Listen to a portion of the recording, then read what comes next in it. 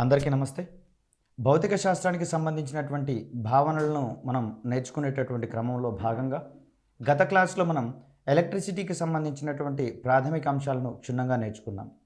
ఈరోజు విద్యుత్కు సంబంధించినటువంటి అయస్కాంత ఫలితాలు ఏ విధంగా ఉండబోతున్నాయి, విద్యుదయస్కాంతత్వానికి సంబంధించినటువంటి ఫారడే నియమాలు, లెన్స్ నియమాలు ఏ విధంగా ఉన్నాయి, అదేవిధంగా విద్యుత్ మరియు అయస్కాంతత్వాలకు సంబంధించినటువంటి అంశాల్లో భాగంగా విద్యుత్ జనరేటర్, విద్యుత్ మోటార్లకు సంబంధించినటువంటి పలు ప్రాథమిక అంశాల గురించి మనం ఈరోజు చర్చించుకుందాం.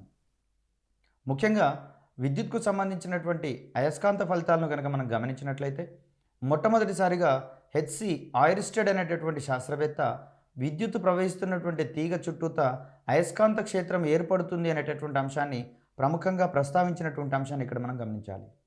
అంటే విద్యుత్ వాహకంలో విద్యుత్ ప్రవహిస్తున్నటువంటి క్రమంలో ఆ యొక్క విద్యుత్ వాహకం చుట్టూత విద్యుత్ వాహకం చుట్టూత అయస్కాంత క్షేత్రం ఏర్పడుతుందనేటటువంటి అంశాన్ని ఇక్కడ మనం గమనించాలి.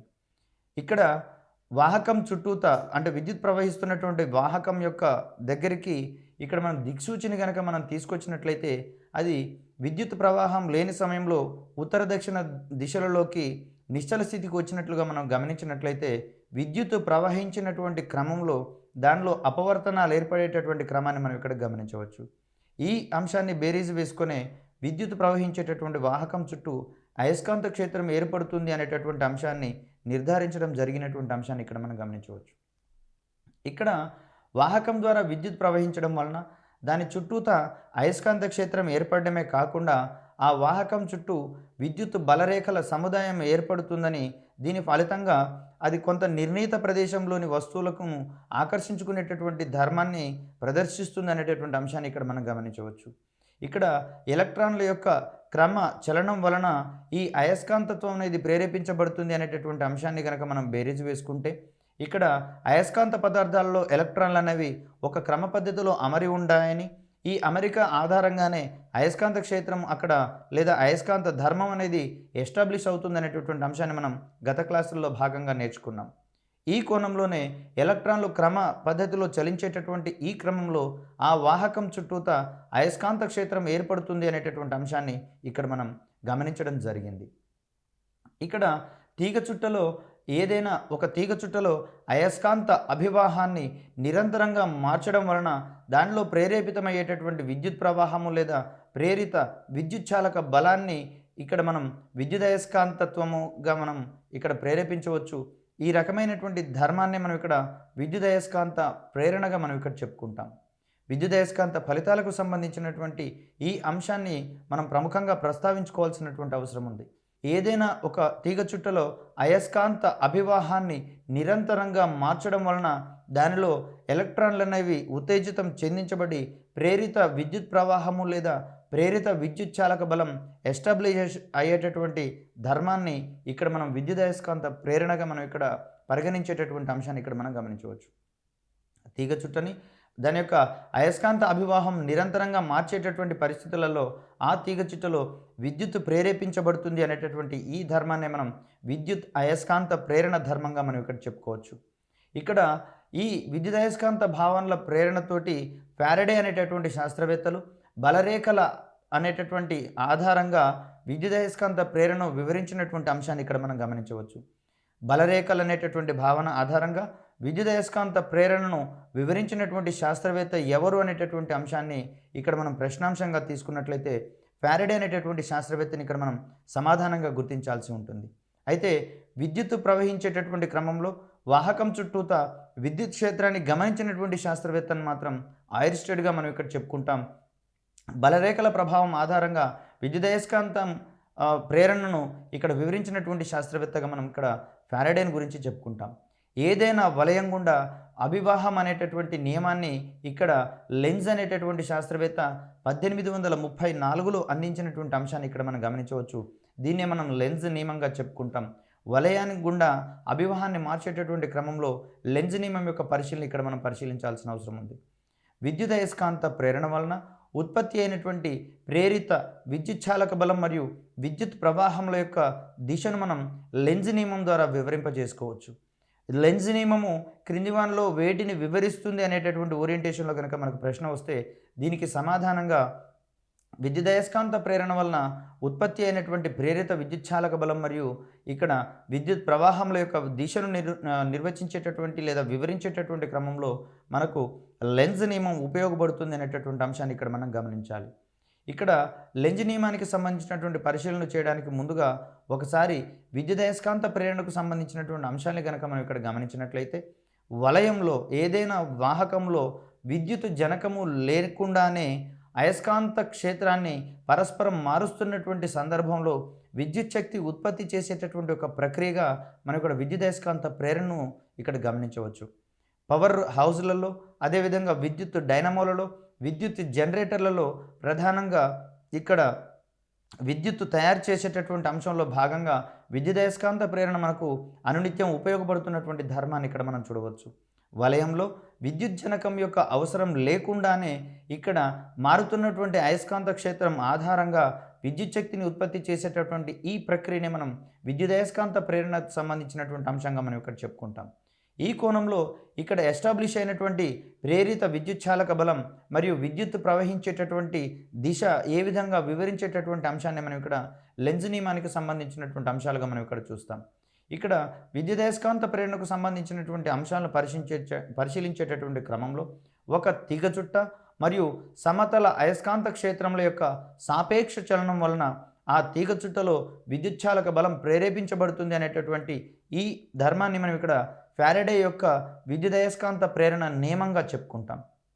ఫారడే విద్యుదయస్కాంత ప్రేరణ నియమం ప్రకారము ఏదైనా ఒక తీగ చుట్టలో ఇక్కడ విద్యుత్ ప్రవహింప చేయకుండానే ఆ తీగ చుట్టను సమతల అయస్కాంత క్షేత్రంలో సాపేక్ష చలనంలో ఉన్నట్లయితే, అంటే ఆ రెండింటి మధ్యలో సాపేక్ష చలనం కనుక ఎస్టాబ్లిష్ చెందినట్లయితే అక్కడ ఆ తీగ చుట్టలో విద్యుచ్ఛాలక బలం ప్రేరేపించబడుతుంది అనేటటువంటి అంశాన్ని ఇక్కడ మనం ప్రముఖంగా ప్రస్తావించాల్సిన అవసరం ఉంది. దీనినే మనం ఫారడే విద్యుదయస్కాంత ప్రేరణ నియమం అనేటటువంటి అంశంగా ఇక్కడ మనం గమనిస్తాం.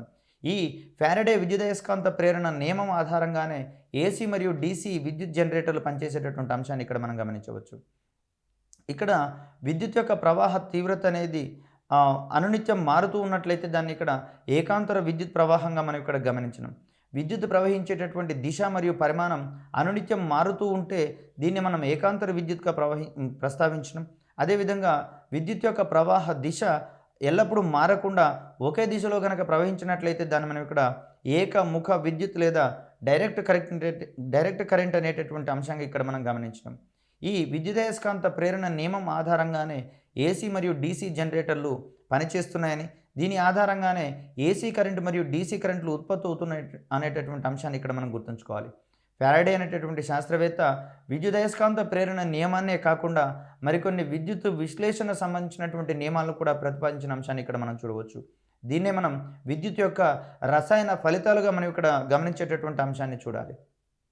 ఈ విద్యుత్ విశ్లేషణ నియమాల ప్రకారం ఇక్కడ ఈ విద్యుత్ విశ్లేషణ యొక్క నియమాలను లోహ సంగ్రహణంలో లోహాలను శుద్ధి చేసేటందుకు లేదా లోహ సంగ్రహణ శాస్త్ర విభాగాలలో లోహాలను అతి శుద్ధమైనటువంటి పరిస్థితులలో వాటిని సంగ్రహించేటందుకు గాను ఇక్కడ ఫారడే అందించినటువంటి ఈ లోహ విద్యుత్ విశ్లేషణ నియమాలు మనకు ఉపయోగపడుతున్నాయనేటటువంటి అంశాన్ని ఇక్కడ మనం గుర్తుంచుకోవాలి.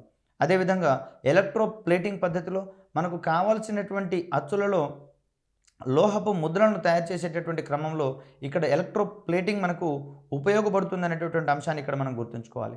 అదేవిధంగా ఎలక్ట్రో టైపింగ్ వంటి ప్రక్రియల్లో కూడా మనకి ఇక్కడ ఫారడే అందించినటువంటి విద్యుత్ విశ్లేషణ నియమాలు మనకి ఇక్కడ ఉపయోగపడుతున్నాయి అనేటటువంటి అంశాన్ని ఇక్కడ మనం గమనించవచ్చు.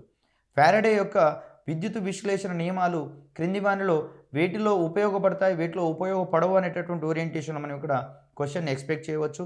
సో ఫారడే యొక్క విద్యుత్ విశ్లేషణ నియమాలు ప్రధానంగా మనకు లోహ సంగ్రహణంలో లోహాలను శుద్ధి చేయడానికి లేదా శుద్ధ స్థితిలో లోహాలను సంగ్రహించడానికి, అదేవిధంగా ఎలక్ట్రో ప్లేటింగ్ పద్ధతిలో అంటే ఇక్కడ లోహాలను తుప్పు పట్టకుండా ఉండేటటువంటి క్రమంలో భాగంగా వాటికి తుప్పు పట్టినటువంటి లోహాలు లేదా గాలిలో ఉండేటటువంటి తేమ ఆక్సిజన్లతో చర్య జరపనటువంటి లోహాలతోటి మనం ఇక్కడ పూత పూసేటటువంటి ప్రక్రియనే మనం ఎలక్ట్రో ప్లేటింగ్ అంశాలుగా మనం ఇక్కడ చెప్పుకోవచ్చు. అదేవిధంగా అక్షరాలకు సంబంధించినటువంటి లోహపు అచ్చులను ఎలక్ట్రో టైపింగ్ ద్వారా వాటి మీద లోహపు పూతలను తీసుకొని అక్కడ లోహాలకు సంబంధించినటువంటి అక్షరాల నమూనాలను తయారు చేసేటటువంటి ప్రక్రియగా ఎలక్ట్రో టైపింగ్ను మనం ఇక్కడ పరిగణిస్తాం. ఫారడే నియమంని ఉపయోగించి విద్యుత్ విశ్లేషాలలో ఉండేటటువంటి విద్యుత్ ప్రవాహాలను కొలవచ్చుననేటటువంటి అంశాన్ని గమనిస్తే ఈ విధమైనటువంటి ఆ పరికరాలను మనం అయస్కాంత ప్రవాహ యంత్రాలుగా మనం ఇక్కడ పరిగణించవచ్చు. ఇక్కడ అయస్కాంత ప్రవాహ యంత్రాలు ఈ క్రింది ఏ నియమం ఆధారంగా రూపొందించబడినాయి అనే ఓరియంటేషన్లో కనుక మనం ఇక్కడ క్వశ్చన్ ఎక్స్పెక్ట్ చేస్తే దీనిని ఫారడే యొక్క విద్యుత్ విశ్లేషాలకు సంబంధించినటువంటి నియమాలుగా మనం ఇక్కడ గుర్తుంచుకోవాలి. లేదా ఫారడే యొక్క విద్యుత్ విశ్లేషణ నియమాలు క్రింది వానిలో దేనిలో ఉపయోగపడతాయి, దేనిలో ఉపయోగపడట్లేవు అనేటటువంటి ఓరియంటేషన్లో మనం ఇక్కడ క్వశ్చన్ ఎక్స్పెక్ట్ చేయవచ్చు. దీంట్లో భాగంగా అయస్కాంత ప్రవాహ యంత్రాలు కూడా ఫారడే యొక్క విద్యుత్ విశ్లేష నియమాల ఆధారంగా ఇక్కడ పనిచేస్తున్నటువంటి అంశాలను మనం ఇక్కడ గమనించవచ్చు. దీని ప్రకారము v వేగంతో ప్రవహిస్తున్నటువంటి ఒక విద్యుత్ విశ్లేషంలో ఎలక్ట్రోన్ల మధ్య దూరము L మరియు అయస్కాంత క్షేత్రము B అయినట్లయితే ఇక్కడ ప్రేరిత వోల్టేజీ ఎప్సిలాన్ అనేది -BLVగా మనం ఇక్కడ చెప్పుకోవచ్చు. దీని యొక్క అయస్కాంత అభివాహానికి సంబంధించినటువంటి అంశాన్ని కనుక మనం ఇక్కడ పరిశీలించినట్లయితే B/A అనేటటువంటి అంశాలుగా ఇక్కడ మనం గమనించవచ్చు. ఇందులో B అనేది అయస్కాంత క్షేత్రాన్ని తెలియజేస్తుంది అనేటటువంటి అంశాన్ని ఇక్కడ మనం గమనించాలి. అదేవిధంగా లెన్స్ నియమానికి సంబంధించినటువంటి అంశాన్ని కనుక మనం పరిశీలించినట్లయితే సంపూర్ణ వలయంలో ప్రవహించేటటువంటి ప్రేరిత విద్యుత్ దానికి కారణమైనటువంటి అయస్కాంత అభివాహంలో మార్పులను వ్యతిరేకించినట్లు ప్రవర్తిస్తుంది అనేటటువంటి ఈ నియమాన్ని మనం లెన్స్ నియమంగా చెప్పుకుంటాం. ఇక్కడ లెన్స్ నియమం అనేది శక్తి నిత్యత్వ నియమం ఆధారంగా రూపొందించబడినటువంటి అంశంగా ఇక్కడ మనం గమనిస్తాం. అంటే శక్తిని మనం సృష్టించలేము, అదేవిధంగా నాశనం చెందించలేము. ఒక రూపంలో ఉన్నటువంటి శక్తి రూపం మార్చుకొని మరొక రూపంలోకి మారుతుందే తప్పిస్తే ఇక్కడ శక్తిని మనం కృత్రిమంగా సృష్టించలేము మరియు నశింప చేయలేము అనేటటువంటి అంశాన్ని ఇక్కడ మనం గమనించుకోవాలి. ఇక్కడ లెన్స్ అందించినటువంటి నియమాన్ని కనుక ఒకసారి మనం పరిశీలించినట్లయితే ఇక్కడ విద్యుదయస్కాంత ప్రేరణ వల్ల ఉత్పత్తి అయినటువంటి ప్రేరిత విద్యుచ్ఛాలక బలం మరియు విద్యుత్ ప్రవాహముల యొక్క దిశను కనుగొనడానికి లెన్స్ నియమం మనకు ప్రధానంగా ఉపయోగపడుతుంది అనేటటువంటి అంశాన్ని ఇక్కడ మనం గమనించవచ్చు. ఇక్కడ లెన్స్ నియమానికి సంబంధించినటువంటి ఈ విద్యుదయస్కాంత ప్రేరణకు సంబంధించినటువంటి అంశాలను కనుక మనం గమనించినట్లయితే ఏదైనా వలయంలో విద్యుత్ జనకం యొక్క అవసరం లేకున్నా కూడా ఇక్కడ అయస్కాంత క్షేత్రం యొక్క ధర్మాల ఆధారంగా లేదా మారుతున్నటువంటి అయస్కాంత క్షేత్రం ఆధారంగా విద్యుత్ ఉత్పత్తి చేసేటటువంటి ఈ ప్రక్రియనే మనం ఇక్కడ విద్యుదయస్కాంత ప్రేరణగా మనం ఇక్కడ పరిగణిస్తున్నాం. అదేవిధంగా లెన్స్ నియమం అనేది శక్తి నిత్యత్వ నియమం ఆధారంగా రూపొందించబడినట్లుగా సంపూర్ణ వలయంలో ప్రవహించేటటువంటి లేదా క్లోజ్డ్ వలయం లేదా పూర్తి చేయబడినటువంటి వలయంలో ప్రవహించేటటువంటి ప్రేరిత విద్యుత్ అనేది దానికి కారణమైనటువంటి అయస్కాంత అభివాహంలో మార్పులను వ్యతిరేకించినట్లుగా ప్రవర్తిస్తుంది అనేటటువంటి అంశాన్ని ఇక్కడ లెన్స్ నియమం అందించేటటువంటి అంశంగా మనం ఇక్కడ చూస్తాం. ఫారడే విద్యుత్ ప్రేరణ నియమం ప్రకారము కాలంతో పాటు అయస్కాంత అభివాహము తీగ చుట్టలో విద్యుచ్ఛాలక బలాన్ని ప్రేరేపిస్తుంది అనేటటువంటి అంశాన్ని ఇక్కడ మనం గమనిస్తే ఇక్కడ వచ్చేటటువంటి ఈ ప్రేరిత విద్యుచ్ఛాలక బలం అనేది దానిలోని అయస్కాంత అభివాహంలోని మార్పుకు అనుగుణంగా ఉంటుంది అనేటటువంటి అంశాన్ని ఇక్కడ మనం గమనిస్తే ఇక్కడ ఎప్సిలాన్ ఈజ్ ఈక్వల్ టు -d∅/dtగా మనం ఇక్కడ పరిగణిస్తాం. ఇక్కడ d∅/dt అనేది అయస్కాంత అభివాహంలో వచ్చేటటువంటి మార్పును తెలియజేస్తుంది అనేటటువంటి అంశాన్ని ఇక్కడ మనం గమనించవచ్చు. ఒకవేళ తీగ చుట్టలో ఉండేటటువంటి చుట్ల సంఖ్యను కనుక మనం ఇక్కడ పరిగణలోకి తీసుకున్నట్లయితే ఒకవేళ తీగ చుట్టలో n చుట్లు ఉండేటటువంటి పరిస్థితులలో ఆ తీగ చుట్టలో ప్రేరేపితమయ్యేటటువంటి ప్రేరిత విద్యుచ్ఛాలక బలాన్ని మనం epsilon is equal to -n d∅/dt అనేటటువంటి సమీకరణం ఆధారంగా మనం ఇక్కడ గమనించవచ్చు. దీంట్లో n అనేది ఇక్కడ మనకు చుట్ల సంఖ్యను తెలియజేస్తుంది, d∅/dt అనేది మనకి ఇక్కడ ఆ అయస్కాంత అభివాహం యొక్క మార్పును తెలియజేస్తుంది అనేటటువంటి అంశాన్ని ఇక్కడ మనం గమనించవచ్చు. ఇక్కడ సమీకరణంలో 2 మైనస్లు ఉన్నాయి కానీ ఒక మైనస్ ఇక్కడ అవసరం లేదు. దీని యొక్క విలువ epsilon is equal to -n d∅/dt అనేటటువంటి అంశంగా మనం ఇక్కడ చూడవచ్చు. ఫారడే విద్యుదయస్కాంత ప్రేరణ నియమం కూడా శక్తి నిత్యత్వ నియమాన్ని పాటిస్తుంది అనేటటువంటి అంశాన్ని ఇక్కడ మనం గమనించవచ్చు. విద్యుదయస్కాంత ప్రేరణ నియమం ఆధారంగానే ఇండక్షన్ స్టవ్ ఆధారపడి పనిచేస్తుంది అనేటటువంటి అంశాన్ని ఇక్కడ మనం గమనించవచ్చు. ఇక్కడ ఏటీఎం కార్డులో ఉండేటటువంటి అయస్కాంత పట్టీని ఇక్కడ ఏటీఎం మిషన్లో స్వైప్ చేసినప్పుడు అది విద్యుదయస్కాంత ప్రేరణ ధర్మాన్ని వినియోగించుకొని పనిచేసేటటువంటి అంశాన్ని కూడా మనం ఇక్కడ గమనించవచ్చు. ఈ విద్యుదయస్కాంత ప్రేరణ వలన అక్కడ ఉత్పత్తి అయినటువంటి విద్యుత్ సంకేతాలనేటి వాటిని వినియోగించుకొని ఇక్కడ మన అకౌంట్కు సంబంధించినటువంటి బ్యాంకింగ్ ట్రాన్సాక్షన్స్ అక్కడ నిర్వర్తించబడతాయి అనేటటువంటి అంశాన్ని ఇక్కడ మనం గమనించవచ్చు. తిరిగి ఇవే అంశాల ఆధారంగా ఆయా విద్యుదయస్కాంత సంకేతాల ఆధారంగా ఈ ఏటీఎం కార్డులో ఉండేటటువంటి అయస్కాంత పట్టీపై మారినటువంటి ట్రాన్సాక్షన్స్ కూడా మన దగ్గర సేవ్ అయ్యేటటువంటి పరిస్థితులు మనం ఇక్కడ చూడవచ్చు. విద్యుత్ వలయాలు వాటిలో గుండా పోయేటటువంటి విద్యుత్ ప్రవాహంలో మార్పును వ్యతిరేకించేటటువంటి ధర్మాన్ని మనం ప్రేరకత్వంగా చెప్పుకుంటాం. దీన్ని మనం ఇండక్షన్ అనేటటువంటి పదంతో చెప్పుకుంటాం. ఇక్కడ ఈ విద్యుత్ క్షేత్రము మరియు ఫలిత అయస్కాంత అభివాహ క్షేత్ర దిశకు మరియు ఆవేశం యొక్క క్షేత్ర దిశకు సంబంధించినటువంటి అంశాలను కనుక మనం పరిశీలించినట్లయితే ఫ్లెమింగ్ ఎడమ చేతి నిబంధన అనేది ఇక్కడ మనకు ఈ దిశలకు సంబంధించినటువంటి భావనలు తెలిపేటటువంటి క్రమాన్ని మనం ఇక్కడ గమనించవచ్చు. ఇక్కడ ఫ్లెమింగ్ ఎడమ చేతి నిబంధన ప్రకారం ఈ నిబంధన అనేది ఆవేశం యొక్క క్షేత్ర దిశకు లంబంగా చలించేటటువంటి క్రమంలో ఈ ఫ్లెమింగ్ ఎడమ చేతి నిబంధన ఆధారంగా ఈ అయస్కాంత క్షేత్రం యొక్క దిశను మరియు అక్కడ ప్రేరేపించబడినటువంటి కరెంటు యొక్క విద్యుత్ యొక్క దిశను, అదేవిధంగా యాంత్రిక బలానికి సంబంధించినటువంటి ఆ చలనానికి సంబంధించినటువంటి దిశను తెలియజేస్తుంది అనేటటువంటి అంశాన్ని ఇక్కడ మనం గమనించుకోవచ్చు. ఫ్లెమింగ్ ఎడమ చేతి నిబంధన ప్రకారం బొటన వేలుని, చూపుడు వేలుని, అదేవిధంగా మధ్య వేలుని ఒకదానికొకటి లంబంగా అమర్చినటువంటి క్రమంలో అక్కడ ఎస్టాబ్లిష్ అయ్యేటటువంటి యాంత్రిక బలము, అయస్కాంత బలము మరియు వచ్చేటటువంటి కరెంటు యొక్క దిశలను సూచించడానికి మనకి ఇక్కడ ఉపయోగపడుతుంది అనేటటువంటి అంశాన్ని ఇక్కడ మనం గమనించవచ్చు. ఇక్కడ ఈ ఫ్లెమింగ్ ఎడమ చేతి నిబంధన ప్రకారము బొటన వేలుని, చూపుడు వేలుని మరియు ఈ మధ్య వేలుని ఒకదానికొకటి లంబంగా ఈ విధంగా పెట్టినటువంటి క్రమంలో ఈ బొటన వేలు యొక్క దిశ అక్కడ ఎస్టాబ్లిష్ అయ్యేటటువంటి యాంత్రిక బలం యొక్క దిశను చూపిస్తుందని, అదేవిధంగా చూపుడు వేలు అనేది మ్యాగ్నెటిక్ ఫీల్డ్ లేదా అయస్కాంత క్షేత్ర దిశను చూపిస్తుందని, అదేవిధంగా ఇక్కడ మధ్య వేలు అనేది ఇక్కడ కరెంటు యొక్క దిశను తెలియజేస్తుంది అనేటటువంటి అంశాన్ని ఇక్కడ మనం గమనించాలి. అంటే దానికి సంబంధించినటువంటి భావనలను మనం ఈ విధంగా గుర్తుంచుకోవచ్చు. ఫ్లెమింగ్ యొక్క ఎడమ చేతి నిబంధన ప్రకారము బొటన వేలు అనేది యాంత్రిక బలం యొక్క దిశను, తర్వాత చూపుడు వేలు అనేది మ్యాగ్నెటిక్ ఫీల్డ్ లేదా అయస్కాంత క్షేత్రం యొక్క దిశను, అదేవిధంగా మధ్య వేలు అనేది కరెంటు యొక్క విద్యుత్ ప్రవాహం యొక్క దిశను తెలియజేస్తుంది అనేటటువంటి అంశాన్ని ఇక్కడ మనం గమనించవచ్చు.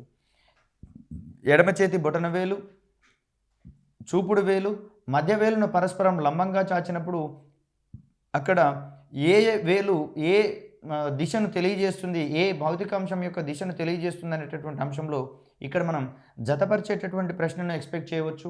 అదేవిధంగా దానికి సంబంధించి బొటన వేలు ఏ దిశను తెలియజేస్తుంది, దేని యొక్క దిశను తెలియజేస్తుంది అనేటటువంటి ఓరియంటేషన్లో మనం ఇక్కడ క్వశ్చన్ ఎక్స్పెక్ట్ చేయవచ్చు. ఎడమ చేతి బొటన వేలు, చూపుడు వేలు, మధ్య వేళ్లను పరస్పరం ఒకదానికొకటి లంబంగా చాచినప్పుడు చూపుడు వేలు అనేది ప్రేరిత అయస్కాంత క్షేత్ర దిశను సూచిస్తుందని, మధ్యవేలు అనేది క్షేత్రంలోని ఇక్కడ ఆవేశం యొక్క దిశను లేదా విద్యుత్ ప్రవాహం యొక్క దిశను తెలియజేస్తుందని, అదేవిధంగా వాహకంపై పనిచేసేటటువంటి బలం యొక్క దిశను బొటనవేలు సూచిస్తుంది అనేటటువంటి అంశాన్ని ఇక్కడ మనకు లెఫ్ట్ హ్యాండ్ రూల్, ఫ్లెమింగ్ యొక్క లెఫ్ట్ హ్యాండ్ రూల్ వివరిస్తుంది అనేటటువంటి అంశాన్ని ఇక్కడ మనం గమనించవచ్చు. అదేవిధంగా దీనికి సంబంధించినటువంటి మరొక ధర్మంగా మనం యాంపియర్ కుడి చేతి బొటనవేలు నిబంధనను మనం ఇక్కడ పరిగణించవచ్చు.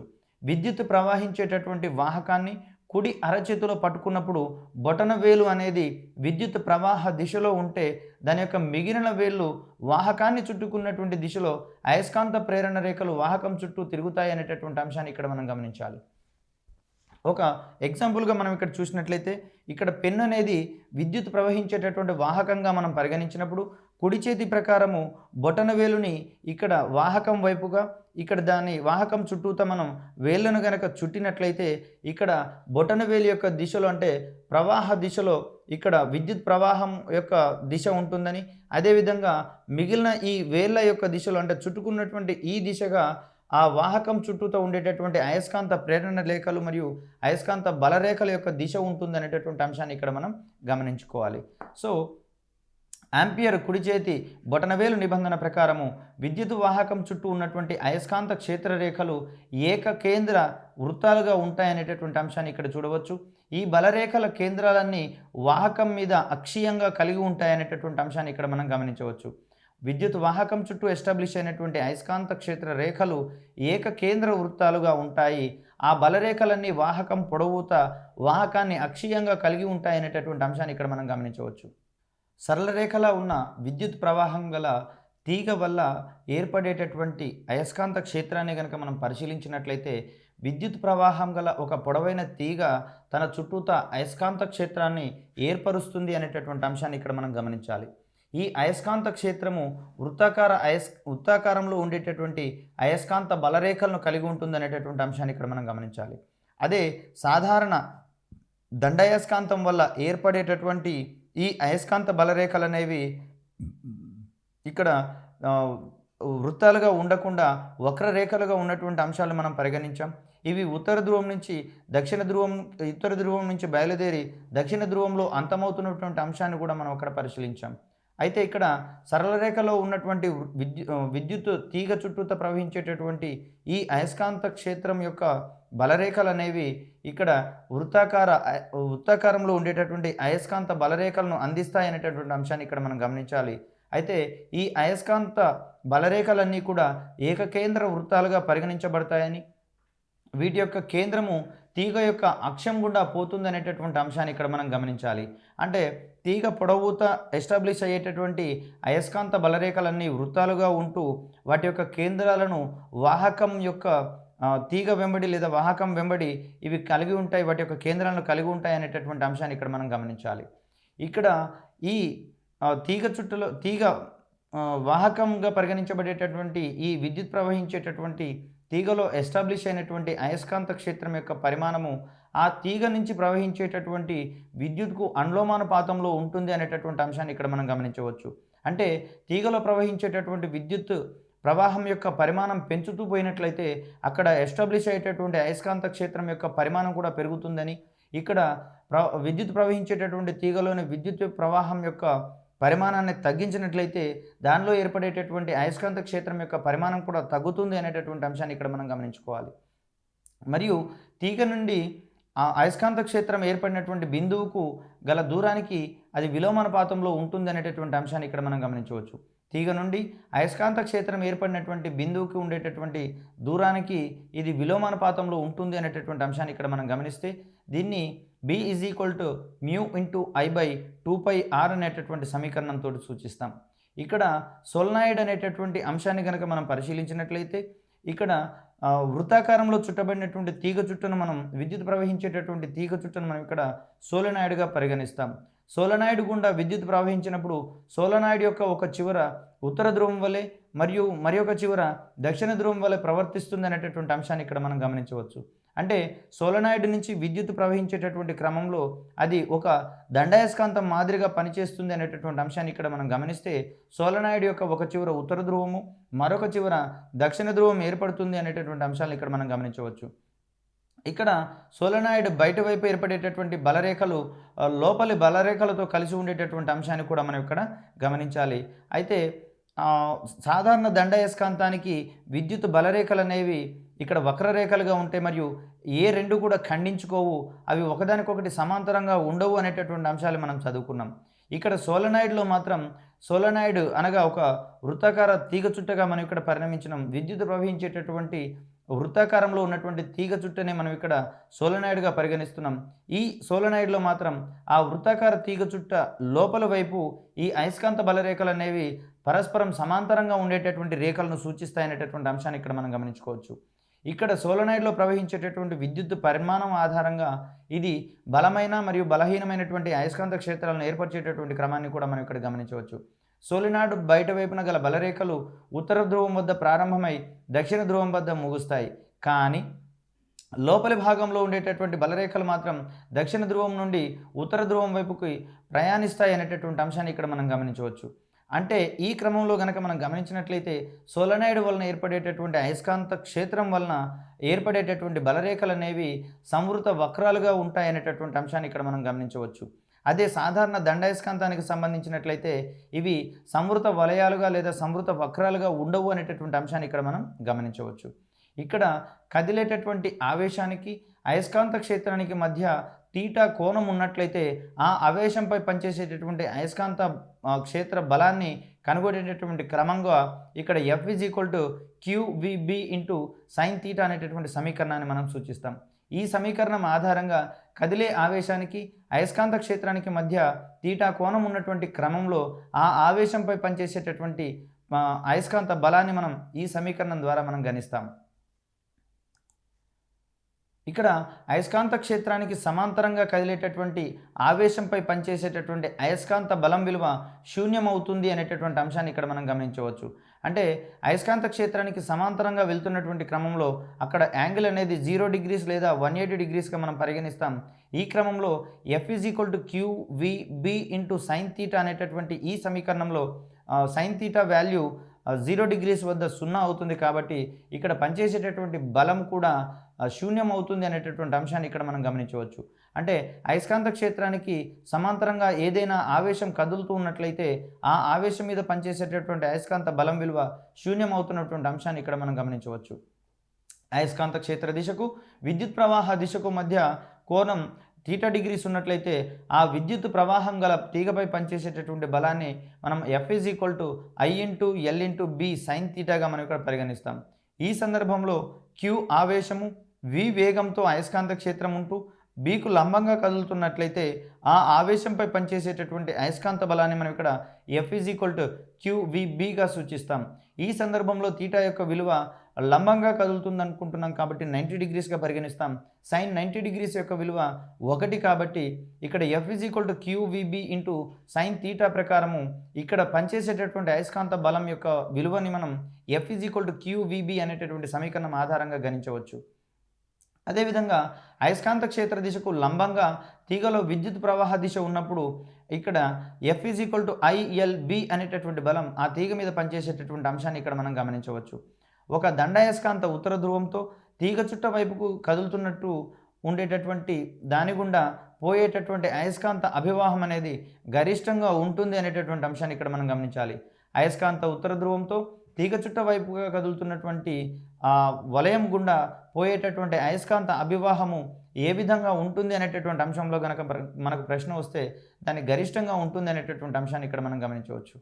1820వ సంవత్సరంలో ఐర్స్టెడ్ చేసినటువంటి ఒక చిన్న ప్రయోగము అయస్కాంతత్వానికి విద్యుత్ ప్రవాహానికి మధ్యలో ఉండేటటువంటి సంబంధాన్ని నిరూపించినటువంటి అంశాన్ని ఇక్కడ మనం గమనించవచ్చు.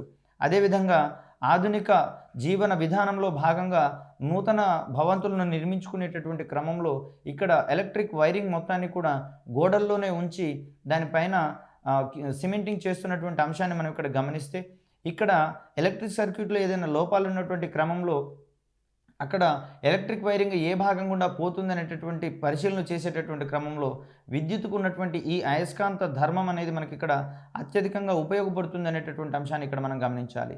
ఇక్కడ విద్యుత్ మోటారు అనేది ఇక్కడ విద్యుత్ అయస్కాంత ధర్మంలో భాగంగా విద్యుత్ మోటార్కు సంబంధించినటువంటి పనితీరును మనం ఇక్కడ గమనిస్తాము. ఇక్కడ విద్యుత్ మోటారు అనేది విద్యుత్ శక్తిని యాంత్రిక శక్తిగా మార్చి దాని ఆధారంగా కొన్ని రకాలైనటువంటి దైనందిన జీవితంలో ఉపయోగపడేటటువంటి పనులను చేసేటటువంటి అంశాన్ని ఇక్కడ మనం గమనించాలి. దీని ద్వారా పిండి మరలను పట్టడము, అదేవిధంగా నీటిని తోడేటటువంటి సాధనంగా మనం విద్యుత్ మోటార్ యొక్క పనితీరును మనం ఇక్కడ గమనించవచ్చు. ఏకరీతి అయస్కాంత క్షేత్రంలో ఉన్నటువంటి తీగ చుట్ట గుండా విద్యుత్ ప్రవాహం వలన భ్రమణాలు ఏర్పడినట్లు చేయడానికి అమర్చినటువంటి అమరికనే మనం ఇక్కడ విద్యుత్ మోటార్గా మనం ఇక్కడ పరిగణిస్తాం. అంటే ఏకరీతిలో ఉండేటటువంటి అయస్కాంత క్షేత్రంలో ఒక తీగ చుట్ట గుండా విద్యుత్ ప్రవాహాన్ని ప్రవహింపజేసినప్పుడు లేదా విద్యుత్తును ప్రవహింపజేసినప్పుడు అది భ్రమణం చెందుతుంది అనేటటువంటి అంశాన్ని ఇక్కడ మనం విద్యుత్ మోటారు పనిచేసేటటువంటి సూత్రంగా మనం ఇక్కడ చెప్తాం. ఈ క్రమంలో విద్యుత్ మోటారులో శక్తి పరివర్తన అనేది విద్యుత్ శక్తి నుంచి యాంత్రిక శక్తి రూపంలోకి మారుతుంది అనేటటువంటి అంశాన్ని ఇక్కడ మనం గమనించవచ్చు. విద్యుత్ మోటార్కు సంబంధించినటువంటి ప్రధాన భాగాలను కనుక మనం ఇక్కడ పరిశీలించినట్లయితే దీనిలో ఆర్మేచర్ ఉంటుందని, సహజ అయస్కాంతత్వం ఒకటి ఉంటుందని, అదేవిధంగా కమ్యూటేటర్ అనేటటువంటి భాగాన్ని మనం ఇక్కడ గమనించవచ్చు. కార్బన్ బ్రష్లు మరియు విద్యుత్ జనకం అనేటటువంటి భాగాలు ఇక్కడ మనకు ఉంటాయి. విద్యుత్ మోటార్లో ఉండేటటువంటి భాగము ఏది, భాగము కానిదేది అనేటటువంటి ఓరియంటేషన్లో మనం ఇక్కడ ప్రశ్నను ఎక్స్పెక్ట్ చేయవచ్చు. విద్యుత్ మోటార్లో ఆర్మేచరు, సహజ అయస్కాంతము, కమ్యూటేటరు, కార్బన్ బ్రష్లు మరియు విద్యుత్ జనకము ఉండేటటువంటి అంశాలు ఇక్కడ మనం గమనించాలి. విద్యుత్ మోటారు తీగ చుట్టతో కలపబడినటువంటి షాఫ్ట్కు ఆనుకొని ఉండి బ్రష్లతో అనుసంధానం చేయబడినటువంటి వాటిని స్లిప్ రింగ్స్గా మనం ఇక్కడ పరిగణిస్తాం. ఇక్కడ ఆర్మేచర్ను దీర్ఘచతురస్రాకారంగా ఉంచడం వలన అయస్కాంత క్షేత్రంలోని వాహకం గుండా విద్యుత్ ప్రవాహ దిశను మార్చడానికి వీలయ్యేటటువంటి పరిస్థితిని ఇక్కడ మనం గమనించవచ్చు. దీనిని దీర్ఘచతురస్రాకారం ఉంచడం వలన అయస్కాంత క్షేత్రంలోని వాహకం గుండా విద్యుత్ ప్రవాహ దిశను మార్చేటటువంటి క్రమంలో అది నిరంతరం భ్రమణం చెందుతుంది అనేటటువంటి అంశాన్ని ఇక్కడ మనం గమనించుకోవాలి. ఇక్కడ విద్యుత్ మోటార్కు సంబంధించినటువంటి ప్రధాన భాగాల మీద గతంలో చాలాసార్లు ప్రశ్నలు అడగడం జరిగింది కాబట్టి దీనికి సంబంధించినటువంటి పరిశీలన అంశాలను ఇక్కడ మనం గుర్తుంచుకోవాలి. ఇక్కడ విద్యుత్ మోటార్లో ఉండేటటువంటి కమ్యూటేటర్ యొక్క ప్రధానమైనటువంటి విధి ఏమిటి అనేటటువంటి ఓరియంటేషన్లో మనకు గతంలో ప్రశ్నలు రావడం జరిగింది. కమ్యూటేటర్కు సంబంధించినటువంటి ప్రశ్నాంశాలు గత పరీక్షల్లో చాలాసార్లు అడగడం జరిగింది. కమ్యూటేటర్ యొక్క ప్రధాన విధి విద్యుత్ మోటార్లో ఏ విధంగా ఉంటుంది అనేటటువంటి అంశంలో, లేదా విద్యుత్ మోటార్ నందు విద్యుత్ ప్రవాహ దిశను మార్చడానికి వినియోగించేటటువంటి అమరిక ఏమిటి అనేటటువంటి ఓరియంటేషన్లో ఈ క్వశ్చన్ మనం ఎక్స్పెక్ట్ చేయవచ్చు. దీనికి సమాధానంగా విద్యుత్ మోటార్ నందు విద్యుత్ ప్రవాహ దిశను మార్చడానికి ఉపయోగించేటటువంటి అమరికగా మనం ఇక్కడ కమ్యూటేటర్ని చెప్తాం. ఇక్కడ నిరంతరం స్లిప్ రింగుల ద్వారా విద్యుత్ ప్రవాహ దిశను మార్చడం వలన ఆర్మేచర్కు అతకబడినటువంటి షాఫ్ట్ నిరంతరం తిరుగుతూ అక్కడ విద్యుత్ శక్తిని యాంత్రిక శక్తిగా మారుస్తుంది అనేటటువంటి అంశాన్ని ఇక్కడ మనం గమనించవచ్చు. విద్యుత్ మోటార్ యొక్క వడిని మనం ఇక్కడ ఆర్ఎంపీలలో కొలుస్తాము. ఈ ఆర్ఎంపీని మనము రెవల్యూషన్స్ పర్ మినిట్ అనేటటువంటి టర్మ్గా ఇక్కడ మనం చెప్తాం. సో నిమిషానికి షాఫ్ట్ తిరిగేటటువంటి భ్రమణాల సంఖ్య యొక్క ఆధారంగా విద్యుత్ మోటార్ యొక్క వడిని కొలిచేటటువంటి క్రమాన్ని మనం ఇక్కడ గమనించవచ్చు. సో ఈ విద్యుత్ మోటార్ యొక్క వడి అనేది ఏ ఏ అంశాల ఆధారంగా ప్రభావితం చెందుతుంది, లేదా విద్యుత్ మోటార్ యొక్క వడిని ప్రభావితం చేయనటువంటి అంశం ఏది అనేటటువంటి ఓరియంటేషన్లో మనం ఇక్కడ క్వశ్చన్ ఎక్స్పెక్ట్ చేయవచ్చు. ఇక్కడ విద్యుత్ మోటారు వడి అనేది క్రింది అంశాల మీద ఆధారపడి ఉంటుంది. దీంట్లో మొదటి దానిగా మనం ఇక్కడ ఆర్మేచర్లో ఉండేటటువంటి తీగ చుట్ల సంఖ్య ఎన్ మీద ఆధారపడి ఉంటుంది. ఎన్ని ఎక్కువ తీగ చుట్లను కలిగి ఉంటే ఆ మోటారుకు అత్యంత ఎక్కువ వడి ఉంటుందనేటటువంటి అంశాన్ని ఇక్కడ మనం గమనించుకోవాలి. అదేవిధంగా ఆర్మేచర్లో ఉండేటటువంటి తీగ చుట్ల సంఖ్య కనుక తగ్గినట్లయితే అక్కడ మోటార్ యొక్క వడి తక్కువగా ఉంటుందనేటటువంటి అంశాన్ని ఇక్కడ గుర్తుంచుకోవాలి. అదేవిధంగా ఆర్మేచర్ యొక్క వైశాల్యం మీద కూడా ఇక్కడ మోటార్ యొక్క వడి ఆధారపడి ఉంటుంది. తీగ చుట్ట ద్వారా ప్రవహించేటటువంటి విద్యుత్ పరిమాణం కూడా ఇక్కడ మోటార్ యొక్క వడిని ప్రభావితం చేసేటటువంటి అంశంగా మనం ఇక్కడ పరిగణించవచ్చు. తీగ చుట్ట ద్వారా ప్రవహించేటటువంటి విద్యుత్ యొక్క పరిమాణము ఎక్కువగా ఉన్నట్లయితే అక్కడ మోటార్ యొక్క వడి ఎక్కువగా ఉంటుందని, తీగ చుట్ట ద్వారా ప్రవహించేటటువంటి విద్యుత్ యొక్క పరిమాణం తక్కువగా ఉంటే మోటార్ యొక్క వడి తక్కువగా ఉంటుందనేటటువంటి అంశాలు ఇక్కడ మనం గమనించుకోవచ్చు. అదేవిధంగా సహజ అయస్కాంతంతో ఏర్పడేటటువంటి అయస్కాంత క్షేత్రం యొక్క ప్రేరణ మీద కూడా ఇక్కడ మోటార్ యొక్క వడి ఆధారపడి ఉంటుంది. ఎక్కువగా ఉన్నటువంటి అయస్కాంత క్షేత్ర ప్రేరణ ఏర్పరిచినట్లయితే అక్కడ మోటార్ యొక్క వడి కూడా ఎక్కువగా ఉంటుంది అనేటటువంటి అంశాన్ని ఇక్కడ మనం గమనించవచ్చు. విద్యుత్ మోటార్లో ప్రధానంగా ఏకరీతి అయస్కాంత క్షేత్రంలో గల తీగ చుట్ట గుండా విద్యుత్ ప్రవహించినట్లు ఇక్కడ చేసినట్లయితే దానిలో భ్రవణాలు ఏర్పడినట్లుగా మనం చేసినటువంటి ఒక అమరికనే మనం ఇక్కడ విద్యుత్ మోటార్గా పరిగణిస్తాము. విద్యుత్ మోటార్తో పాటు మనం విద్యుత్ జనరేటర్కి సంబంధించినటువంటి అంశాలను కూడా మనం ఇక్కడ గమనించాలి. సో విద్యుత్ జనరేటర్కి సంబంధించినటువంటి అంశాలు కనుక మనం పరిశీలించినట్లయితే యాంత్రిక శక్తిని విద్యుత్ శక్తిగా మార్చేటటువంటి ఒక పరికరంగా మనం ఇక్కడ విద్యుత్ జనరేటర్ని పేర్కొనాల్సి ఉంది.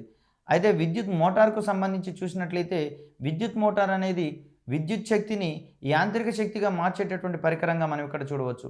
విద్యుత్ మోటార్లు నీటిని తోడే మోటార్లు గాను, ఇక్కడ సీలింగ్ ఫ్యాన్లలో అమరి ఉండేటటువంటి ఒక అమరికను గాను, అదేవిధంగా టేబుల్ ఫ్యాన్లలో అమరి ఉండేటటువంటి ఒక అమరికగాను ఇక్కడ మనం గమనించవచ్చు.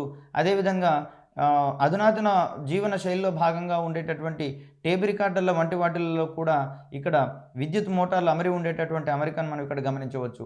తర్వాత చిన్నపిల్లలు ఆడుకునేటటువంటి ఎలక్ట్రికల్ కార్లలో కూడా ఇక్కడ విద్యుత్ మోటార్ అనేది ఎక్కువగా ఉపయోగపడుతుంది అనేటటువంటి అంశాలను ఇక్కడ మనం గుర్తుంచుకోవాలి. ఇక్కడ విద్యుత్ అయస్కాంతత్వానికి సంబంధించినటువంటి అంశాల్లో భాగంగా విద్యుత్ జనరేటర్కి సంబంధించినటువంటి అంశాలు కూడా మనం ఇక్కడ క్షుణ్ణంగా నేర్చుకోవాల్సినటువంటి అంశాన్ని ఇక్కడ మనం గమనించవచ్చు. విద్యుత్ జనరేటర్ అనేది ఇక్కడ యాంత్రిక శక్తిని విద్యుత్ శక్తిగా మార్చేటటువంటి ఒక పరికరంగా మనం ఇక్కడ గమనిస్తాం. యాంత్రిక శక్తిని విద్యుత్ శక్తిగా మార్చేటటువంటి క్రమంలో విద్యుత్ జనరేటర్ యొక్క పనితీరు ఏ విధంగా ఉంది, విద్యుత్ జనరేటర్లోని వివిధ భాగాలు ఏమిటి, ఇక్కడ విద్యుత్ జనరేటర్కి మరియు విద్యుత్ మోటార్కు ఉండేటటువంటి ప్రధానమైనటువంటి భేదాలు ఏ విధంగా ఉండబోతున్నాయి, ఏ ఏ పరికరాలు ఉంటాయి, ఏ ఏ పరికరాలు ఉండవు అనేటటువంటి ఓరియంటేషన్లో మనకి ఇక్కడ క్వశ్చన్స్ వచ్చేటటువంటి అవకాశం ఉంది. విద్యుత్తుకు సంబంధించినటువంటి అంశాలు గనక మనం ఇక్కడ గమనించినట్లయితే విద్యుత్తులో మనం 2 రకాలైనటువంటి విద్యుత్తులను మనం పరిశీలిస్తున్నాం. ఏకాంతర విద్యుత్ అని, ఏకముఖ విద్యుత్ అనేటటువంటి అంశాలు ఇక్కడ మనం గమనించవచ్చు. ఏకాంతర విద్యుత్కు సంబంధించినటువంటి అంశాలు గనక మనం ఇక్కడ పరిశీలించినట్లయితే కాలంతో పాటు విద్యుత్ ప్రవాహం యొక్క పరిమాణం మరియు దిశ మారుతూ ఉన్నట్లయితే దాన్ని మనం ఏకాంతర విద్యుత్గా చెప్పుకుంటాం. కాలంతో పాటు విద్యుత్ ప్రవాహం యొక్క పరిమాణము మరియు దిశ అనేది నిరంతరం మారుతూ ఉంటే ఆల్టర్నేట్ అవుతున్నటువంటి ఈ కరెంట్ని మనం ఆల్టర్నేట్ కరెంట్గా చెప్పుకుంటాం. దీన్నే ఏకాంతర విద్యుత్గా మనం ఇక్కడ పరిగణించే అంశాన్ని ఇక్కడ మనం గమనించవచ్చు. ఒకవేళ కాలంతో పాటుగా విద్యుత్ ప్రవాహం యొక్క పరిమాణము మరియు దిశ అనేది స్థిరంగా ఉన్నట్లయితే దాన్ని మనం ఏకముఖ విద్యుత్గా మనం ఇక్కడ పరిగణిస్తాం.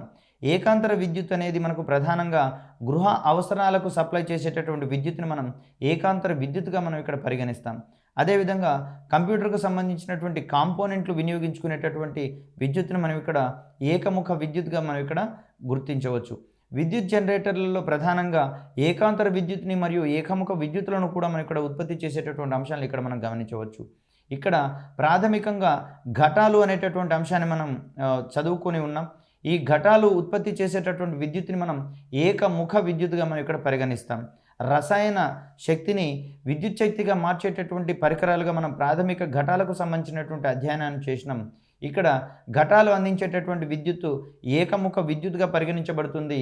ఇక్కడ విద్యుత్ జనరేటర్ ద్వారా వచ్చేటటువంటి విద్యుత్తు ఏకముఖ విద్యుత్ మరియు ఏకాంతర విద్యుత్తులుగా కూడా మనం ఇక్కడ రూపొందించుకోవచ్చు.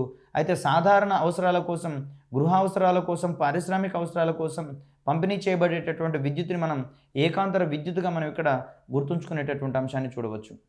ఐ రిపీట్, ఏకాంతర విద్యుత్కు సంబంధించినటువంటి విద్యుత్ ప్రవహింపచేసేటటువంటి జనరేటర్లలో ఉండేటటువంటి రకాలను కనుక మనం గమనించినట్లయితే జల విద్యుత్కు సంబంధించినటువంటి జనరేటర్లు, థర్మల్ జనరేటర్లు, అణు జనరేటర్లు లేదా న్యూక్లియర్ జనరేటర్ల గురించి చెప్పుకుంటాం. అదేవిధంగా ఆధునిక భౌతిక శాస్త్రం అందించినటువంటి నవీన శక్తి వనరుల్లో భాగమైనటువంటి మ్యాగ్నెటిక్ హైడ్రోడైనమిక్స్ అందించేటటువంటి జనరేటర్లు కూడా మనకి ఇక్కడ ఏకాంతర విద్యుత్ ప్రవాహాన్ని జనింపజేసేటటువంటి జనరేటర్లుగా మనం ఇక్కడ చెప్పుకోవచ్చు. జల విద్యుత్ జనరేటర్లకు సంబంధించినటువంటి అంశాలు కనుక మనం ఇక్కడ పరిశీలించినట్లయితే ఈ రకమైనటువంటి జనరేటర్లలో అయస్కాంత ధ్రువాల మధ్య ఆర్మేచర్ను భ్రమణం చెందించడానికి అవసరమయ్యేటటువంటి యాంత్రిక శక్తిని రిజర్వాయర్లలో నిల్వ ఉంచినటువంటి లేదా నీటి ద్వారా ఇక్కడ మనం సమకూర్చేటటువంటి అంశాన్ని ఇక్కడ మనం గమనించవచ్చు.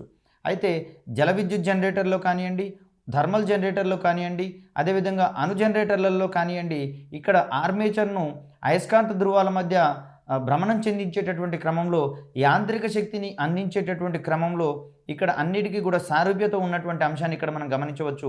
అయితే ఈ యాంత్రిక శక్తిని అందించేటటువంటి క్రమంలో ఆ యాంత్రిక శక్తిని అందించేటటువంటి వనరు ఆధారంగా ఈ విద్యుత్ ప్రవాహ జనరేటర్ల యొక్క రకాలు ఇక్కడ మారుతున్నటువంటి అంశాన్ని ఇక్కడ మనం గమనించవచ్చు. ఈ యాంత్రిక శక్తిని కొంత ఎత్తు నుంచి పడుతున్నటువంటి నీటి ద్వారా సమకూరిస్తే దాన్ని జల విద్యుత్ జనరేటర్లుగా చెప్పుకుంటాం. అదేవిధంగా వేడి నీటి యొక్క ఆవిరి ద్వారా ఈ యాంత్రిక శక్తిని సమకూరిస్తే దీన్ని థర్మల్ జనరేటర్లు అంటాం.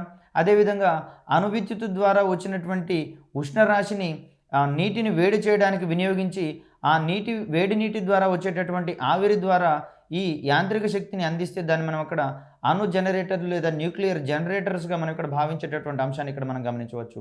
ప్రధానంగా అయస్కాంత ధ్రువాల మధ్య ఆర్మేచర్ను భ్రమణం చెందించేటటువంటి అంశము ఈ జనరేటర్లన్నింటిలోనూ సారూప్యంగా ఉండేటటువంటి అంశాన్ని ఇక్కడ మనం గమనించుకోవాలి. అయితే ఇక్కడ మ్యాగ్నెటిక్ హైడ్రోడైనమిక్స్కి సంబంధించినటువంటి రియాక్టర్లలో మాత్రం ఈ సారూప్యతలు మనకు కనిపించినటువంటి అంశాన్ని ఇక్కడ మనం చూడవచ్చు.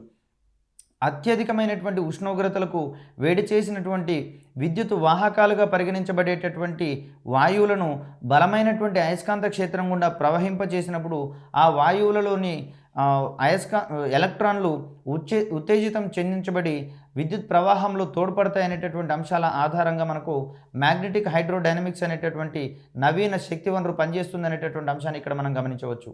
జల విద్యుత్ జనరేటర్లకు సంబంధించినటువంటి అంశాన్ని కనుక మనం గమనిస్తే ఈ జల విద్యుత్ జనరేటర్లలో అయస్కాంత ధ్రువాల మధ్య ఆర్మేచర్ను భ్రమణం చెందించేటటువంటి క్రమంలో కావలసినటువంటి యాంత్రిక శక్తిని నీటికి ఉండేటటువంటి స్థితిజ శక్తి లేదా గతిజ శక్తుల ఆధారంగా సమకూర్చేటటువంటి అంశాన్ని ఇక్కడ మనం గమనించవచ్చు.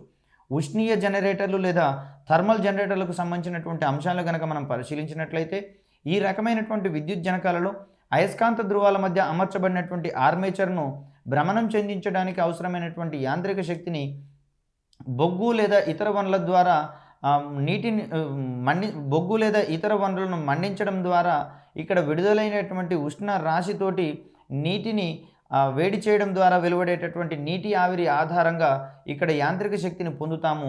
ఇక్కడ ఒక విషయాన్ని కనుక గమనించినట్లయితే చల్లని నీటి కంటే వేడి నీటికి శక్తి ఎక్కువ అని, వేడి నీటితో కంపేర్ చేస్తే నీటి ఆవిరికి అత్యధిక శక్తి ఉంటుందనేటటువంటి అంశాలు ఇక్కడ మనం గమనించినట్లయితే ఈ నీటి ఆవిరి ఆధారంగా అయస్కాంత ధృవాల మధ్య అమర్చబడినటువంటి ఆర్మేచర్ను భ్రమణం చెందించి వెలువడేటటువంటి యాంత్రిక శక్తిని మనం ఇక్కడ విద్యుత్ శక్తిగా మార్చేటటువంటి ఒక పరికరంగా ఇక్కడ థర్మల్ జనరేటర్ని మనం పరిగణించవచ్చు.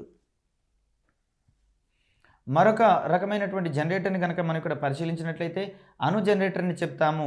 ఇక్కడ థర్మల్ జనరేటర్లలో వెలువడేటటువంటి ఉష్ణరాశి ఆధారంగా నీటిని వేడి చేసి అక్కడ నీటి ఆవిరిని సంగ్రహించి ఆ నీటి ఆవిరిని ఈ ఆర్మేచర్ వైపుకు ప్రసరింపచేసినప్పుడు వచ్చేటటువంటి యాంత్రిక శక్తి ఆధారంగా ఆర్మేచర్ భ్రమణం చెందుతుంది. ఇక్కడ వేడి చేసేటటువంటి క్రమంలో బొగ్గు లేదా ఇతర వనరుల ద్వారా ఈ వేడిని వెలువరింపచేస్తే థర్మల్ జనరేటర్లలో, అణు జనరేటర్లలో మాత్రం న్యూక్లియర్ లేదా కేంద్రక చర్యల ద్వారా వెలువడేటటువంటి ఉష్ణరాశి ఆధారంగా ఇక్కడ నీటిని వేడి చేసి ఆ నీటి ఆవిరి యొక్క యాంత్రిక శక్తిని మనం ఇక్కడ అణు ఇంధనాల ద్వారా సమకూర్చుకునేటటువంటి అంశాన్ని ఇక్కడ మనం గమనించవచ్చు. ఇక్కడ అణు జనరేటర్లకు సంబంధించినటువంటి ఈ జనరేటర్లలో అయస్కాంత ధృవాల మధ్య ఉండేటటువంటి ఆర్మేచర్ను భ్రమణం చెందించేటటువంటి క్రమంలో అవసరమైనటువంటి యాంత్రిక శక్తిని అణు ఇంధనాల ద్వారా సమకూర్చుకునేటటువంటి అంశాన్ని ఇక్కడ మనం గమనించవచ్చు. అయస్కాంత ధృవాల మధ్య ఆర్మేచర్ను భ్రమణం చెందించాల్సినటువంటి అంశాలు ఈ 3 రకాలైనటువంటి థర్మామీటర్లలో సారూప్యతలను కలిగి ఉంటే ఇక్కడ యాంత్రిక శక్తిని సమకూర్చుకునేటటువంటి అంశాల ఆధారంగా ఈ జనరేటర్లలోని రకాలు మారుతున్నాయనేటటువంటి అంశాన్ని ఇక్కడ మనం గమనించవచ్చు. ఇక్కడ విద్యుదయస్కాంతత్వంలో భాగంగా మరొక అంశాన్ని ఇక్కడ మనం ముఖ్యంగా అధ్యయనం చేయాల్సినటువంటి అంశం ఉంది.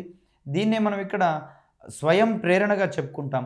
ఒకే తీగ చుట్టలో దాని గుండా ప్రవహించేటటువంటి విద్యుత్ ప్రవాహంలో మార్పు వల్ల వ్యతిరేక దిశలో విద్యుత్ చాలక బలం ఏర్పడితే ఆ ప్రక్రియను మనం ఇక్కడ స్వయం ప్రేరణగా చెప్పుకుంటాం.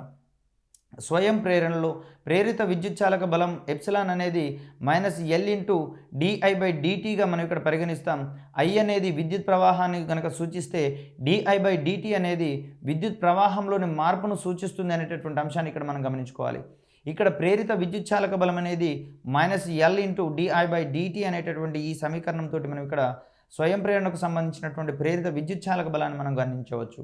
విద్యుదయస్కాంతత్వంలో స్వయం ప్రేరణ అనేది యాంత్రిక శాస్త్రంలోని జడత్వాన్ని పోలి ఉండేటటువంటి అంశంగా మనం ఇక్కడ గమనించవచ్చు. ఇక్కడ విద్యుదయస్కాంతంలో మరి ఒక అంశంగా అన్యోన్య ప్రేరణకు సంబంధించినటువంటి అంశాన్ని ఇక్కడ మనం గమనించవచ్చు. స్వయం ప్రేరణ అనేది ఒకే ఒక తీగ చుట్టలో విద్యుత్ ప్రవహించేటటువంటి క్రమంలో దాని యొక్క విద్యుత్ ప్రవాహంలోని మార్పు వల్ల వ్యతిరేక దిశలో విద్యుత్ చాలక బలం ఏర్పడితే అన్యోన్య ప్రేరణ అనేది 2 తీగ చుట్టల ఆధారంగా ఈ అన్యోన్య ప్రేరణ మనం ఇక్కడ గమనించవచ్చు. ఒక తీగ చుట్టలో ప్రవహించేటటువంటి విద్యుత్ ప్రవాహంలోని మార్పుల వల్ల దానికి సమీపంలో ఉండేటటువంటి వేరొక తీగ చుట్టలో విద్యుత్ చాలక బలం ప్రేరేపించబడితే ఆ ప్రక్రియను అన్యోన్య ప్రేరణగా మనం చెప్పుకుంటాం.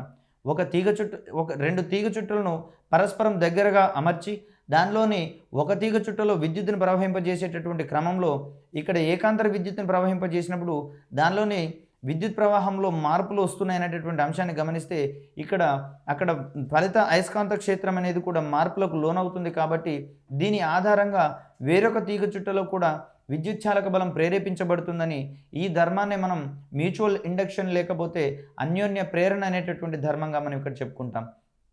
అన్యోన్య ప్రేరణలో ప్రేరిత విద్యుత్ చాలక బలం అనేది ఎప్సిలాన్ ఈజ్ ఈక్వల్ టు -m/di2/dtగా మనం ఇక్కడ చెప్పుకుంటాం.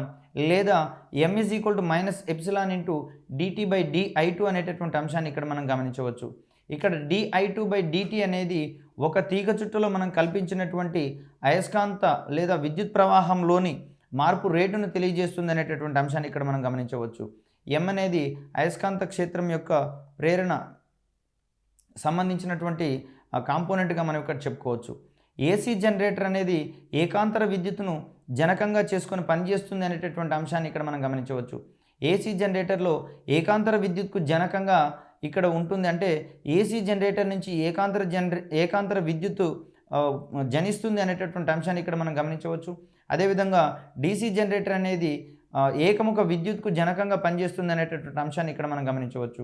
ఏసీ జనరేటర్ మరియు డీసీ జనరేటర్లకు సంబంధించినటువంటి ప్రధానమైనటువంటి భేదాన్ని ఇక్కడ స్లిప్ రింగులకు సంబంధించినటువంటి అంశంగా ఇక్కడ మనం కలుపుకుంటాం. ఏసీ జనరేటర్లో ఒకే వైపున ఉండేటటువంటి 2 స్లిప్ రింగులను తీగ చుట్టూ 2 చివరిలో కలిపినట్లయితే అది డీసీ జనరేటర్గా మారుతుంది అనేటటువంటి అంశాన్ని ఇక్కడ మనం గమనించాలి. విద్యుత్ ప్రవాహానికి సంబంధించినటువంటి రసాయన ఫలితాలకు సంబంధించినటువంటి అంశాలను కనుక మనం పరిశీలించినట్లయితే ఇక్కడ కొన్ని ద్రవాలు తమ గుండా విద్యుత్ ప్రసారం చేస్తాయి అనేటటువంటి అంశాన్ని గమనించినట్లయితే ఈ అంశాల ఆధారంగా వాటి యొక్క ద్రవ విద్యుత్ వాహకాలు లేక ఎలక్ట్రోలైట్లు లేకపోతే విద్యుత్ విశ్లేషాలుగా పరిగణించేటటువంటి అంశాన్ని ఇక్కడ మనం గమనించవచ్చు.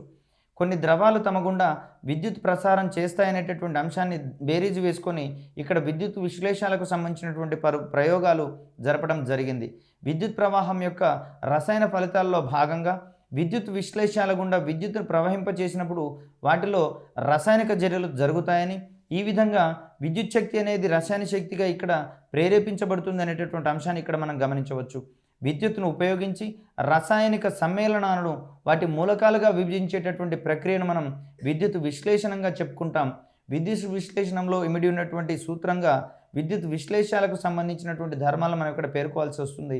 విద్యుత్తును ఉపయోగించి రసాయనిక సమ్మేళనంలోని మూలకాలను విభజించేటటువంటి ఈ ప్రక్రియను మనం విద్యుత్ విశ్లేషణంగా పరిగణిస్తాం.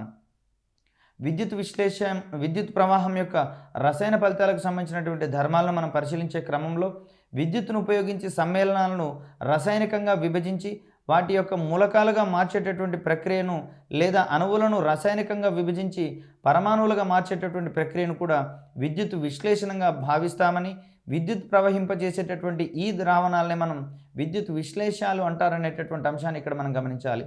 ఈ కోణంలో ఫారడే అందించినటువంటి విద్యుత్ విశ్లేషణ నియమాలను గనక మనం క్షుణ్ణంగా పరిశీలించినట్లయితే ఒక విద్యుత్ విశ్లేషణ ప్రక్రియలో ఎలక్ట్రోడ్ల మధ్య చేరేటటువంటి అయాన్ల యొక్క ద్రవ్యరాశి ఆ విద్యుత్ విశ్లేషణ గుండా ప్రసరింపజేసేటటువంటి విద్యుత్ ప్రవాహానికి అనులోమానుపాతంలో ఉంటుందనేటటువంటి నియమాన్ని మనం ఇక్కడ ఫారడే మొదటి విద్యుత్ విశ్లేషణ నియమంగా చెప్పుకుంటాం. ఇచ్చట విద్యుత్ ప్రవాహం అనగా ఫలిత ఆవేశం అనేటటువంటి అంశాన్ని ఇక్కడ మనం గమనిస్తే M ఈజ్ ప్రపోర్షనల్ టు Qగా చెప్పుకుంటాం. దీన్ని మనం సమీకరణ రూపంలో రాసుకుంటే M ఈజ్ ఈక్వల్ టు ZQగా మనం ఇక్కడ పరిగణించవచ్చు.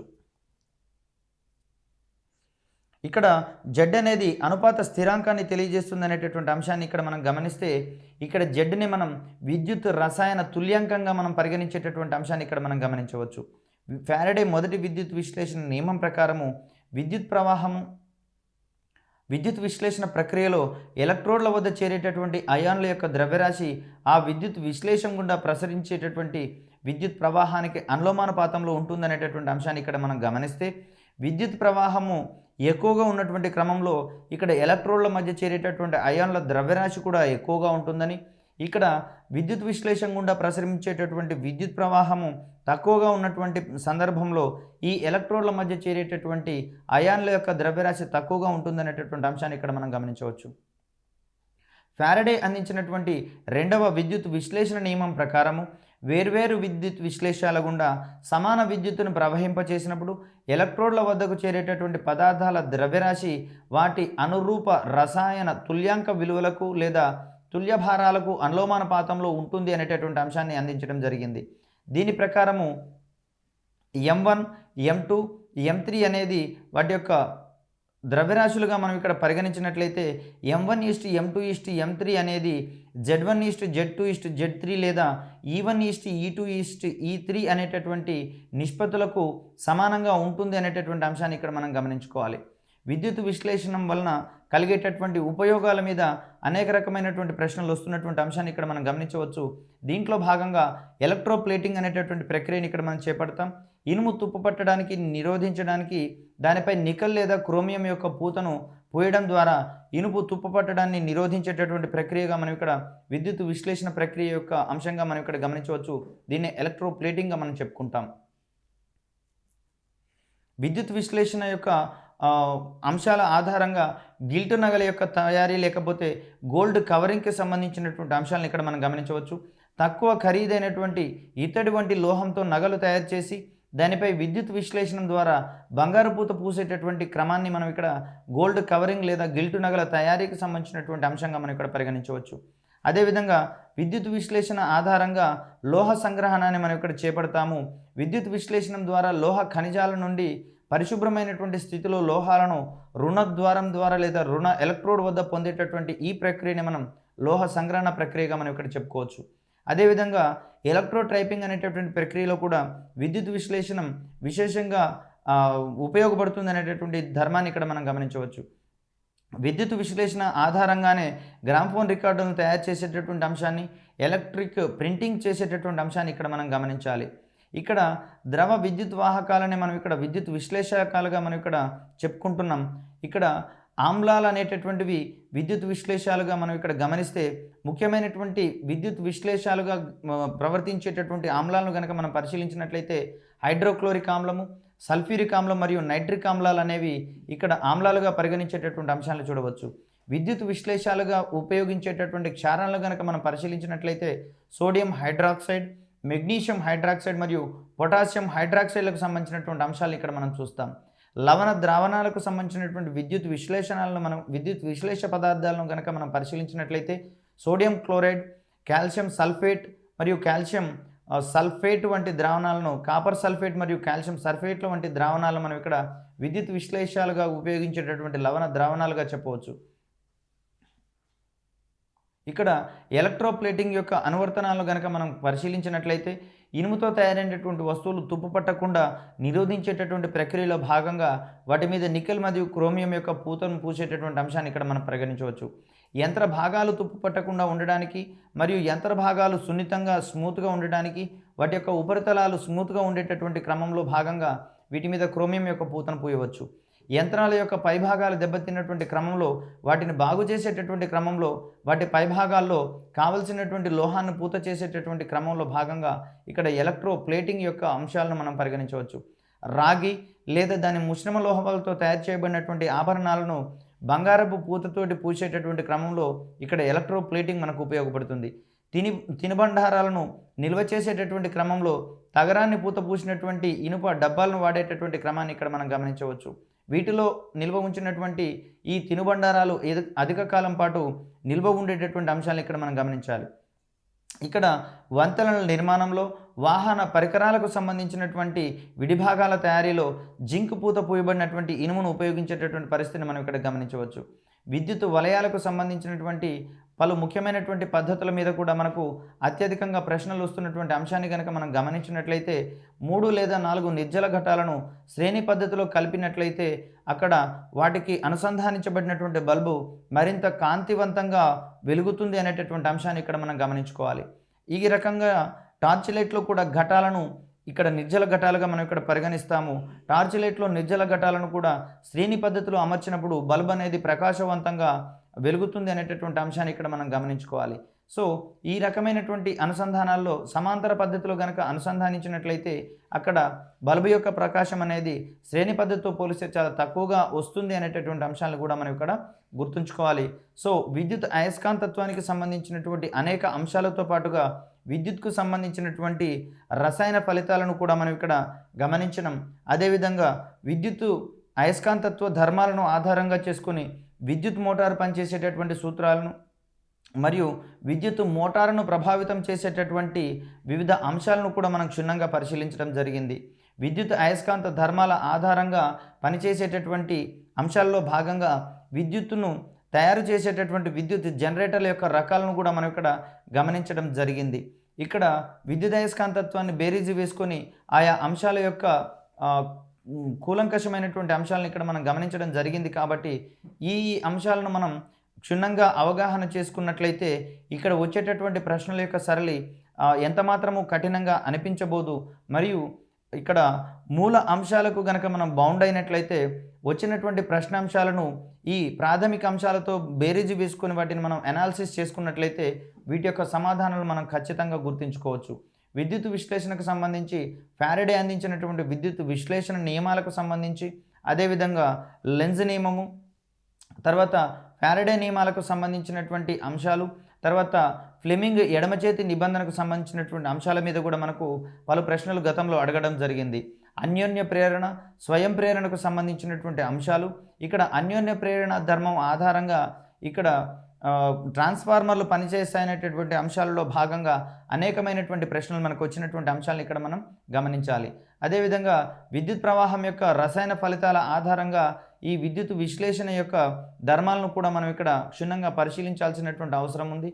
ఎలక్ట్రోప్లేటింగ్, టైపింగ్ ఇటువంటి ప్రక్రియలలో ఇమిడి ఉన్నటువంటి అంశాలను ఏ అంశాలు ప్రభావితం చేస్తాయనేటటువంటి అంశాల్లో కూడా మనకి ఇక్కడ పలు ప్రశ్నల్లో అడగడం జరిగింది. కాబట్టి వీటన్నిటిని మనం ఈరోజు క్షుణ్ణంగా అధ్యయనం చేసినాం. కాబట్టి వీటికి సంబంధించినటువంటి ఏ ప్రశ్న వచ్చినా కూడా మనం ఆ అద్భుతమైనటువంటి అవగాహనతోటి మనం ఇక్కడ ప్రశ్నకు సమాధానాలు గుర్తించవచ్చు.